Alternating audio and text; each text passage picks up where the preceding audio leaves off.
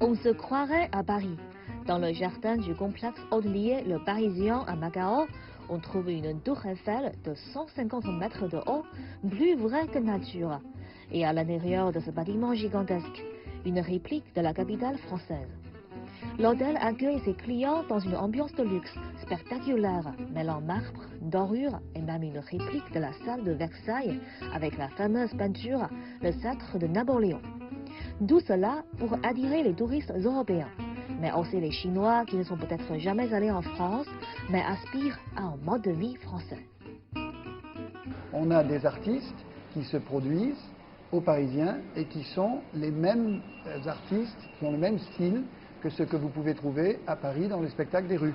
Nous avons des musiciens, nous avons des accordéonistes, nous avons des danseurs, nous avons des acrobates, nous avons des gens que vous pouvez trouver n'importe où à Paris lorsque vous promenez dans Paris, notamment dans les endroits comme Montmartre ou tous ces endroits qui sont des endroits absolument fabuleux.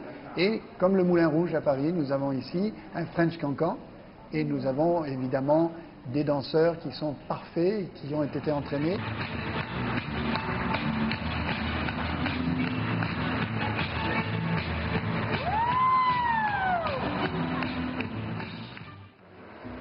Elsa Calais vient souvent aux Parisiens pour faire du shopping. Elle habite à Macao depuis 2 ans. Pour elle, Macao est une ville où on ne s'ennuie jamais. Ce qui définit Macao, c'est d'abord un grand métissage entre bien sûr la culture chinoise et portugaise et également entre les différents types d'activités qu'on peut faire ici. Il y a évidemment une superbe vieille ville, il y a énormément de choses à visiter, de monuments, et puis également ces tout récents casinos et tout cet énorme complexe hôtelier qui est d'une qualité, je pense, inégalée. Donc ça fait qu'on peut vivre vraiment entre ces deux mondes et passer de l'un à l'autre très facilement. Comme Elsa Calais, William Pascal travaille également à l'Alliance française de Macao. Cet institut visant à promouvoir la culture française a été créé en 1987, ce qui en fait l'un des plus anciens du réseau chinois. En tant que directeur, William Pascal doit répondre à une forte demande pour le français enregistré dans l'enseignement secondaire, à l'université et surtout à l'Institut du tourisme de Macao.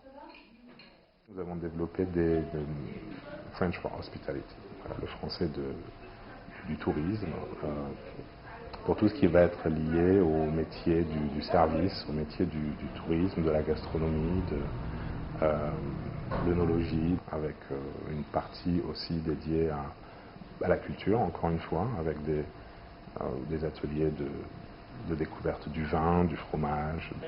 Lorsqu'il a du temps libre, William Pascal aime se balader dans la ville.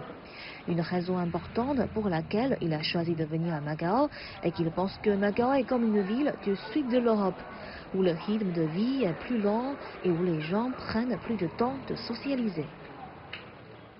Les relations entre la France et Macao se sont renforcées ces dernières années, grâce à la position de la France comme leader des métiers du luxe. De nombreux magasins de luxe français ont ouvert leurs portes à Macao en raison de l'évolution du tourisme de Macao vers le tourisme de luxe. Entre tradition et modernité, charme et démesure, cette ville ne cesse pas d'attirer plus nombreux de Français à s'y installer. Han Yingya, CGTN français, Macao.